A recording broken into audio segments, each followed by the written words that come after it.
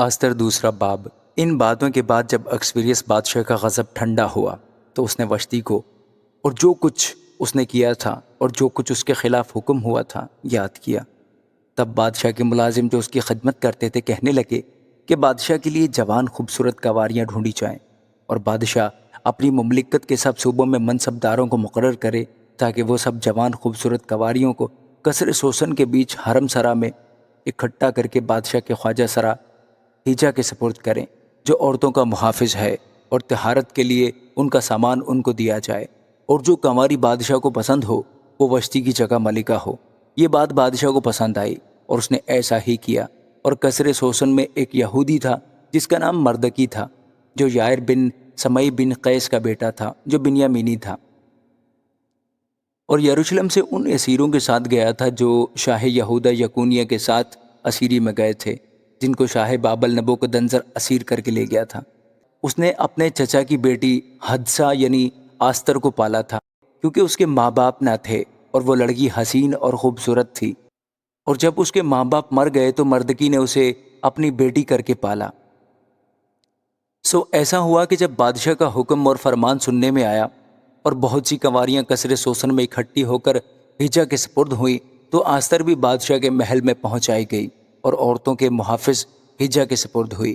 اور وہ لڑکی اسے پسند آئی، اور اس نے اس پر مہربانی کی اور فوراً اسے شاہی محل میں سے طہارت کے لیے اس کے سامان اور کھانے کے حصے اور ایسی 7 سہیلیاں جو اس کے لائق تھیں اسے دیں، اور اسے اور اس کی سہیلیوں کو حرم سرا کی سب سے اچھی جگہ میں لے جا کر رکھا۔ آستر نے نہ اپنی قوم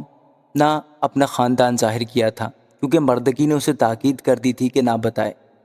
اور مردکی ہر روز حرم سرا کے صحن کے آگے پھرتا تھا تاکہ دریافت کرے کہ آستر کیسی ہے اور اس کا کیا حال ہوگا۔ جب ایک ایک کنواری کی باری آئی کہ عورتوں کے دستور کے مطابق 12 مہینے کی صفائی کے بعد اکسویریس بادشاہ کے پاس جائے، کیونکہ اتنے ہی دن ان کی طہارت میں لگ جاتے تھے، یعنی 6 مہینے مور کا تیل لگانے میں اور 6 مہینے عطر اور عورتوں کی صفائی کی چیزوں کے لگانے میں، تب اس طرح سے وہ کنواری بادشاہ کے پاس جاتی تھی کہ جو کچھ وہ چاہتی کہ حرم سرا سے بادشاہ کے محل میں لے جائے وہ اس کو دیا جاتا تھا۔ شام کو جب وہ جاتی تھی اور صبح کو لوٹ کر دوسرے حرم سرا میں بادشاہ کے خواجہ سرا شاشجز کے سپرد ہو جاتی تھی، جو حرموں کا محافظ تھا۔ وہ بادشاہ کے پاس پھر نہیں جاتی تھی، بلکہ جب بادشاہ اسے چاہتا وہ نام لے کر بلائی جاتی تھی۔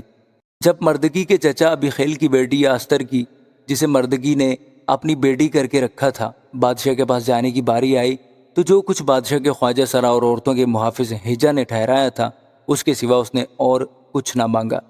اور آستر ان سب کی جن کی نگاہ اس پر پڑی منظور نظر ہوئی۔ سو آستر اکسویریس بادشاہ کے پاس اس کے شاہی محل میں اس کی سلطنت کے 7ویں سال کے 10ویں مہینے میں، جو تیبت مہینہ ہے، پہنچائی گئی، اور بادشاہ نے آستر کو سب عورتوں سے زیادہ پیار کیا، اور وہ اس کی نظر میں ان سب کنواریوں سے زیادہ عزیز اور پسندیدہ ٹھہری۔ پس اس نے شاہی تاج اس کے سر پر رکھ دیا اور وشتی کی جگہ اسے ملکہ بنایا، اور بادشاہ نے اپنے سب امراء اور ملازموں کے لیے ایک بڑی ضیافت یعنی آستر کی ضیافت کی، اور صوبوں میں معافی کی اور شاہی کرم کے مطابق انعام بانٹے۔ اور جب کنواریاں دوسری بار اکٹھی کی گئیں تو مردکی بادشاہ کے پھاٹک پر بیٹھا تھا، اور آستر نے نہ تو اپنے خاندان اور نہ اپنی قوم کا پتہ دیا تھا، جیسا مردکی نے اسے تاکید کر دی تھی، اس لیے کہ آستر مردکی کا حکم ایسا ہی مانتی تھی جیسا اس وقت جب وہ اس کے ہاں پرورش پا رہی تھی۔ انہی دنوں میں جب مردکی بادشاہ کے پھاٹک پر بیٹھا کرتا تھا، بادشاہ کے خواجہ سراؤں میں سے جو دروازے پر پہرا دیتے تھے 2 شخصوں یعنی بگتان اور ترش نے بگڑ کر چاہا کہ اکسویریس بادشاہ پر ہاتھ چلائیں۔